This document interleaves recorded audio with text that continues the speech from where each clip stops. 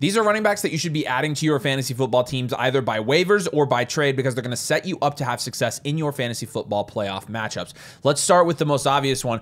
First of all, would you believe it when I told you that a good quarterback makes a difference for an offense from a fantasy production standpoint? And that's what you saw today, I know, with Tua. Tua came back and poof, Devon Achane is productive again. Poof, Tyreek Hill has more than one catch.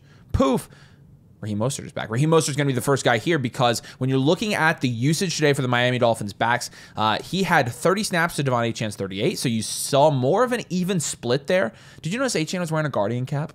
Yes. It was very smart of him. I'm very proud of him for yes, that. That makes me, honestly, Tua should too. Well, that's another discussion. In terms of routes run, 24 for Achane, 18 for Mostert, but Mostert only got one target compared to Devon Achane. But we aren't targeting Raheem Mostert because of his receiving game upside. That's not why we want him.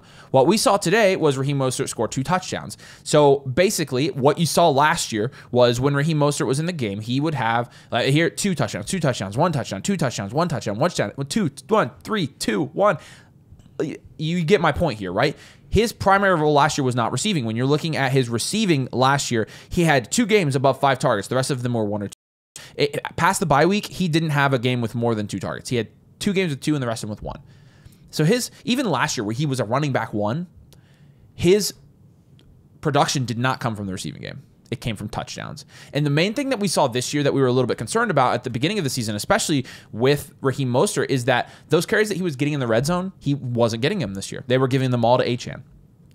But you did have Achane go out and get hurt, and I think that did make a difference in some of Mike McDaniel's thinking. He's like, okay, do I continue to give Achane all of these bruiser carries, or do I let 30? I think he just thinks he's playing with house money because he's playing with 32-year-old Raheem Mostert. So he's like, I'll just throw him in there for the red zone stuff. And what you saw today was Raheem Mostert score a couple of touchdowns. And a lot of people are going to say, okay, this was an outlier. His touchdowns are volatile. He did get 9 carries, was very inefficient, but again, he was getting the red zone carries. Look, I'll put it this way. Even if Raheem Mostert gets 2 red zone carries a game, it's going to make him fantasy relevant. He had 16 points today. 12 of those came from his touchdowns, and the other 4 came from the yardage and the 1 reception he did have. But again, I think that Raheem Mostert could be a multi-touchdown guy for the rest of the season. Miami Dolphins offense is bad, but it's significantly better than it was without Tua. Without Tua, you're talking about the worst offense in the league. With Tua, you're talking about an offense that can support fantasy productive assets, including multiple productive fantasy running backs. And so with the workload that we saw today, with the red zone carries that Raheem Mostert got, I do think he's somebody that you can still get very cheap right now in almost every format. And he is somebody that if you're playing in a standard scoring league is going to be a very, very good buy, like a smashing buy. If you're playing in a half PPR league, he's a little bit less, but still somebody with good touchdown upside that I think you're going to want to buy for cheap if you need running back depth. And then if you play in full point PPR leagues, you might say, okay, it might not be worth buying Raheem Mostert because he's really not getting any receiving usage. And so, I'm really just banking on only touchdowns at that point, which I understand that.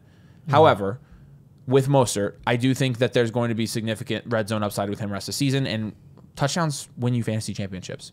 In a week where I didn't hardly score any touchdowns in the Flock League, I know more than ever that if I can have players that just are getting red zone carries and red zone touches and scoring touchdowns at even a decent rate, like Raheem Mostert did today, which he didn't do, first touchdowns of the year today, in a game, by the way, which was competitive. It's not like he was getting garbage time touchdowns. They were putting him in there during the game when it was close, and he was getting touchdowns.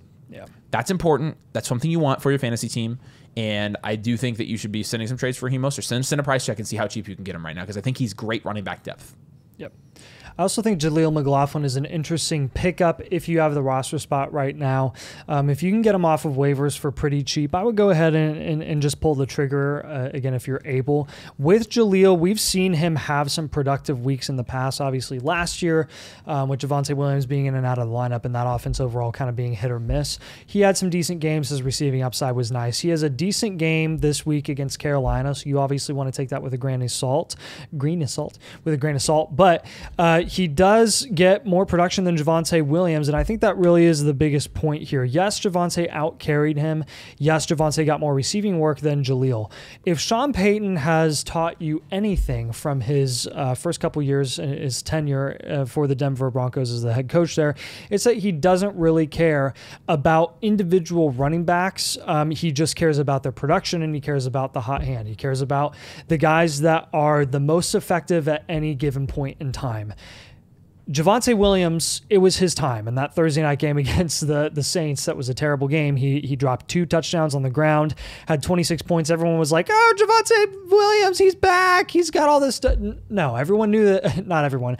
We knew that wasn't going to be sustainable and that wasn't going to carry on because that was not how he was utilized. And he's not a very efficient running back. He's not that explosive. Lo and behold, against the Carolina Panthers defense, he averages 2.5 yards per carry on 17 carries, 44 yards. 5 targets, 4 receptions, 8 yards, 1.5 yards per reception. No one cares about that. That's not efficiency. That's not a difference-making player on the field for your offense, for the Denver Broncos, for Sean Payton. Jalil McLaughlin was able to get 9 yards off of his 1 reception for a touchdown, 8 carries for 47 yards. Much more efficient given his specific opportunity. I would not be surprised if you look down the next couple of matchups: Baltimore, Kansas City, Atlanta, Vegas, and Cleveland. Cleveland and Kansas City are 2 tough matchups. Baltimore, Atlanta, and Vegas are more friendly. Jalil McLaughlin might get some more usage and see more opportunity on the field because Javonte Williams is at best hit or miss. He is not an efficient, not a consistently effective running back. Jalil McLaughlin can be. So again, I'm not saying that the sky's a limit for him or anything like that. I don't think he's some like diamond in the rough, but I do think you have a little bit of leverage if you go get McLaughlin off of waivers. If he starts producing, he could have a little bit of trade value and even contribute in like packaging him with another guy for an up tier in the future. So the rest of these guys here are going to be trade targets because honestly, the waiver wire right now for running backs is pretty awful. Even the guys we tell you to go target, and most of them end up not panning out because it's just competitive running back. But most of the time when you're targeting running backs, you want to target guys that either A, are in a really good offense, or B, are getting a workhorse share of their backfield. And Aaron Jones is a guy that's getting both of those things on one of the best offenses in the league so far. On one of what has been one of the most impressive teams of the league so far. Aaron Jones, when you're looking at Thursday night's game, of the 50 snaps that the Minnesota Vikings had on offense, he played 46 of them. He is getting that level of snap share because when Aaron Jones was out, that offense was significantly less efficient and significantly less dynamic than they are when Aaron Jones is on the field. Ty Chandler doesn't cut it. C.J. Ham doesn't cut it. Ham's a fullback. I mean, so really Ty Chandler alone is the guy not cutting it. And that's why you've seen his workload actually decrease since Aaron Jones came back from the hip injury. Obviously, you're a little bit worried about the health, but I will say Thursday he did look fine. And when you're looking at his production in that game, 11.5 points. But he did have 19 carries for 58 yards, so he wasn't super efficient against a Rams defense that looked really good Thursday night, honestly. Like, their run defense looked as good as it had all season, in my opinion. But he also had 2 receptions on 2 targets for 37 yards. The yardage there helped. But his receptions have gone down, right? Targets at the beginning of the year, 2, 6, 6, and 5. Since then, 1, 3, and 2. So a lot of people use that as cause for concern. A lot of people will use that as maybe moving Aaron Jones down the rankings a little bit because you have seen a little bit less production, especially in weeks where he doesn't score touchdowns. Against the Jets, which I think is the one where he got hurt, 6 points, 9 points in week 2 against San Francisco, and then 11 points against the Rams in a game where he was projected 15.5 points. And so with Aaron Jones, the thing is he's priced right now. When I'm looking at the rest of season consensus rankings, and keep in mind this is before it's updated for this week, but even last week before he had the game where he kind of underperformed, he was ranked as the running back 15 overall rest of season. And I probably wouldn't rank him much higher than this. I'm willing to go pay whatever price he currently sits at because of the situation and because he is getting all of the relevant, not only all of the relevant and important in fantasy production snaps there, he's getting all the snaps, period. And that's just rare. You don't really see that from guys in today's NFL. You usually have them sharing backfields, 60-40 minimum at this point. Like that's pretty common. And Aaron Jones, for him to have all of the work he wants in that offense is beautiful to me. So I'm willing to go pay whatever I need to for Aaron Jones. So send a feeler out. It's going to depend on what type of team Aaron Jones is on. Obviously I don't think somebody who I don't think somebody who is struggling right now is going to be willing to give up Aaron Jones because they probably think Aaron Jones is going to give them a pretty good shot to get back in it. But you may find teams, especially contending teams, that might think, okay, I'm doing good enough. I might as well move off of Aaron Jones and try to get somebody better, somebody that has a higher ceiling than Aaron Jones, whatever. And again, I just think that the production recently has been mostly because of the decrease in targets. But again, 92% snap share against the Rams. He plays the Colts in week 9. He plays the Jaguars in week 10. So the next 2 weeks, at this point, I think this is probably your last chance to buy Aaron Jones this season if you do want him on your roster for the playoffs. So that's why I'm suggesting we go get him now. So send some trades, send some feelers, see what his price is. If you can get him on your roster, I do think, again, running back, good offense, getting all the carries there, getting all the targets, getting all the red zone carries. I think and also receiving upside. I think it's worth buying Aaron Jones if you can in fantasy football. I think we're well past the point of expecting Rashad White to return on his preseason price and where you originally drafted him, like back in the 4th round, flashback to when that was going on. But with Rashad White now, look, now is the time where his price is again, your expectation for him rest of the season is going to be a lot different than it previously was. And that is he is in a committee backfield with Bucky Irving. And Bucky Irving is all the rage right now because, he's the fresh new legs and he has been pretty productive the last 3 weeks, 18 points, 16 points, 15 points on 14, 9, and 9 carries. He's been pretty efficient with those opportunities as well. Even had 7 targets for 7 receptions this week for 40 yards and 5.7 yards per reception in the receiving game for Bucky Irving. Rashad White, man, I'm just here to tell you, Rashad White is going to be the more reliable, I think, consistent option here because he is just so much more effective in the receiving game, even more than Bucky Irving. And don't just take my word for it. Not only is that the case for him in the passing game, let's look at the run game because everyone's like, yeah, well, he can get all the usage in the receiving game. What about the run game? Rashad White had half of the total snaps for running backs in that backfield. He had the majority by far, 36 to Bucky's 26. He had 2 goal line carries to Bucky's 1. He had all the 2-minute snaps. He had all the 3rd down snaps, and he splits the short yardage snaps with Bucky Irving. Bucky Irving had the upper hand for early down usage. Early down usage, I couldn't care less about when we are talking about fantasy football and touchdown upside. Where is Rashad White getting the ball, and does it give him an opportunity to score touchdowns? Yes. Yes, it does. He is getting the ball in situations in the red zone because he is such an effective receiving threat and he can make things happen on the ground. I think he's gotten too much of a knock for how inefficient he is on the ground. His last 4 games that he's been healthy, 4.9, 7.2, 4, and 4.8 yards per carry. Less has been more with Rashad White. So I think the knock of him being inefficient is kind of irrelevant at this point. His usage is now baked into his price. He's not getting the bell cow usage that he got last year. But that is okay when he's dropping 29 and 15 points the last 2 weeks. There's no more Chris Godwin. There's no more Mike Evans. Jalil McKinnon, the lead receiver for the Buccaneers, just dropped 10 points with Baker throwing it 51 times. Cade Otton went absolutely nuclear at the tight end position.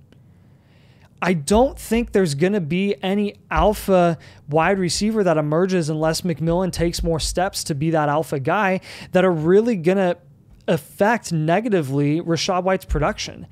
He is, as we suspected, going to be a focal point in that offense for the foreseeable future while Evans and Godwin are out. Godwin obviously is going to be done for the season, or he's expected to be. I cannot believe he didn't destroy his entire leg with that injury. It was only a dislocation, which is crazy. But with Mike Evans, I mean, they expect him to be out for 4 weeks at least. It was a bad hammy injury. It was rough. Rashad White, if they want to salvage this season, Rashad White will continue to have to get the usage that he got over these last 2 games. And I really don't see a scenario why this would end. He's got 2 tough matchups against San Francisco and Kansas City the next 2 weeks. I think that you might have a chance to get him cheap from now and maybe even next week as well if he has a less crazy ceiling week. Maybe he scores 12 points or something like that. He's still going to be utilized. I mean, if anything, Baker Mayfield's going to be under more pressure and he's just going to have to dump it off to Cade Otton or Rashad White, who are his 2 best receiving options clearly right now. Yeah. So with Rashad, he's not a very popular option right now because he's in a committee and the offense isn't good anymore. I don't care. He's producing. Go get him. Yeah, I think the role change is pretty significant there with the wide receivers going down. I think you've seen it. Huge. I think you've seen it. It's huge. Let's talk about Nick Chubb, and this is going to be one where I think, obviously this is going to be a bye. He's rostered in 90% of leagues, so everybody's got him on their roster. This is going to be one where I think it's going to extend into probably week 10. You might even wait and buy Nick Chubb after next week since they do play the Chargers, and then they have a bye. So if you have Nick Chubb come out and have a poor week next week in week 9, and then the owner of Nick Chubb sees 3 not so great weeks of Nick Chubb after he came off of injury, which we'll talk about, not so great weeks, and then another bye, you're probably going to be able to get him even cheaper than you can get him today. But the reason, again, being Nick Chubb only had 5 points today in fantasy football. 16 carries for 52 yards. That's 3.3 yards per carry, which is, again, against the Baltimore Ravens defense that is pretty good, that has been pretty good against fantasy running backs this year. It was a tough matchup for Nick Chubb today. So he wasn't any less inefficient than most running backs have been against the Ravens this year, so it's worth keeping that in mind.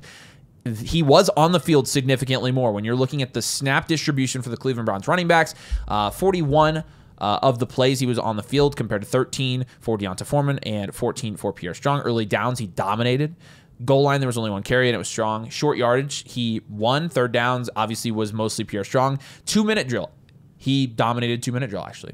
So that's interesting because Nick Chubb's not really a 2-minute drill type of back, or at least he hasn't been in his career, and he's actually on the field for 2-minute drill coming back off of injury. And so with Chubb, I get it. Like, a lot of people might think, okay, this guy's leg is freaking fried, and also he hasn't looked that good. But one of the biggest things that Nick Chubb has going for him, and a big reason you should go buy Nick Chubb, I think, is because what we saw today is that offense looks significantly better without Deshaun Watson. Who would have thought? I mean, who would have thought? It's just, I mean, if this isn't a testament to Deshaun Watson's just complete fall from grace, I have no idea what is.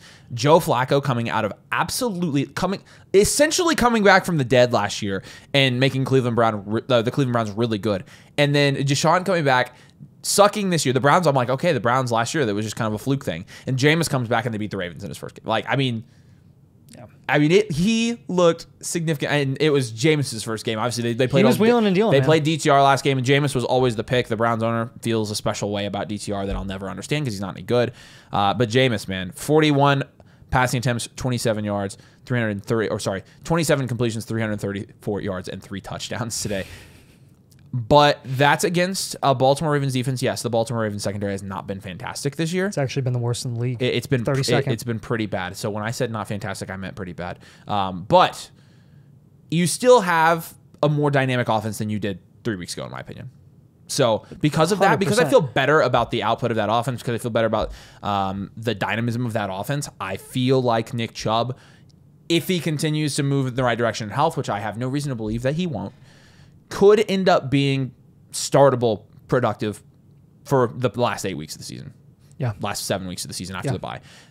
Very serviceable. Pittsburgh in week 14, and then in the playoff time. Kansas City, Cincinnati, and Miami.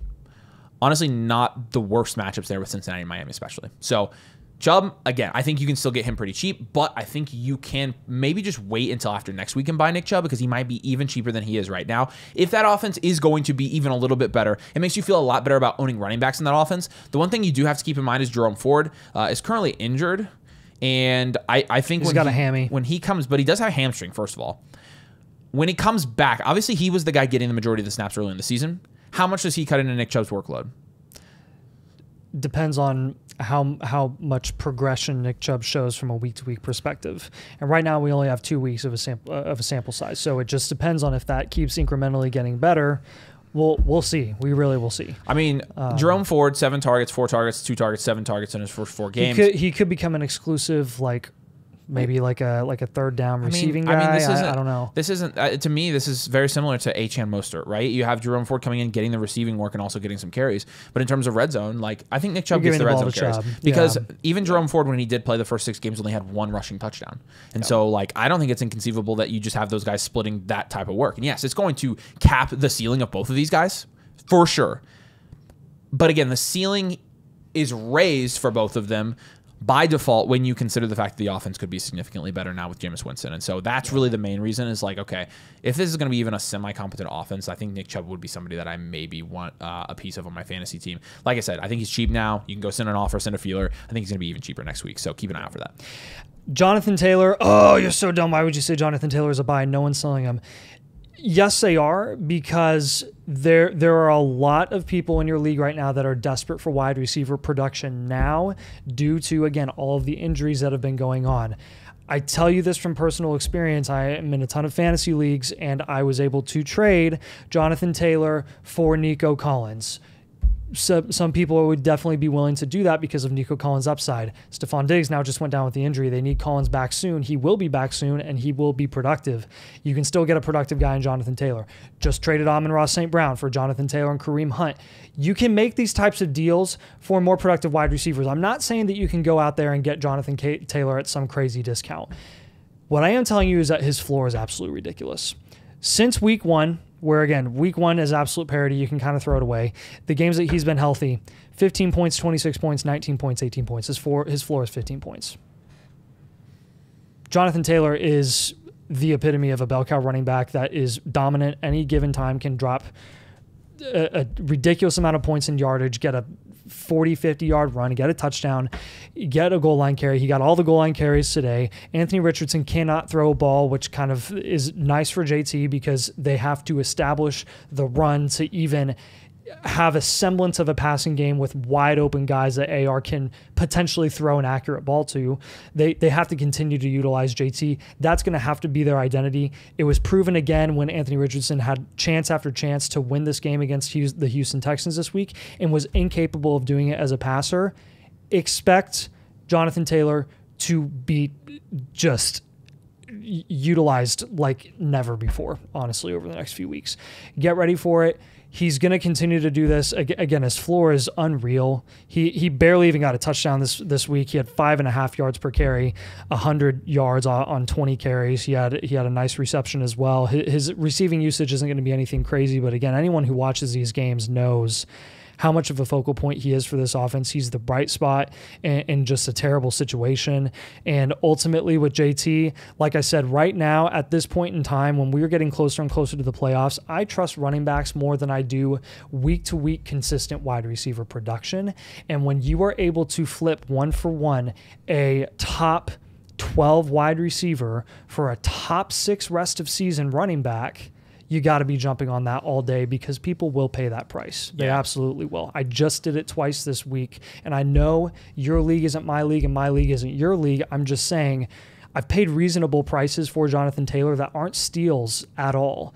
But this is really the time when you want to start taking shots on running backs like this. Yeah, so. And I think you nailed it. I think trading a top wide receiver for a running back like this, running backs are much more few and far between than wide receivers are. But also you have a lot of people who you start relying on floor as well to get these dubs. Yes, so. And you have a lot of people I think who also hit on so many wide receivers because wide receivers hit at a higher quantity than running backs because you have just a lot more parity there, and also there's going to be more productive wide receivers. But in terms of like them hitting on wide receivers, you have a lot of people with really deep wide receiver rooms that will ask us like, okay, I need somebody to target, and they have stud wide receivers, and like I can't start all these guys. It's a start 2 wide receiver, start 1 flex. So I need to get a running back. My running back room sucked. I had a whoever, and they sucked. And so who do I get? You want a big fish? This is your big fish. This is the big fish to target right now because he's going to be cheaper than a lot of the other big fish, in my opinion. He's going to be cheaper than Bijan right now, who's been on a tear. He's going to be cheaper than a Jahmyr Gibbs or something like that. So I think Jonathan Taylor, if you need a bigger trade target, he's the guy. So there you go. Make sure you drop a like and make sure you subscribe to show some love and to support the channel. Those 2 things help us grow the channel, help us make the channel better. So we appreciate it if you do that. Thank you guys so much for watching. Peace out. We'll see you later.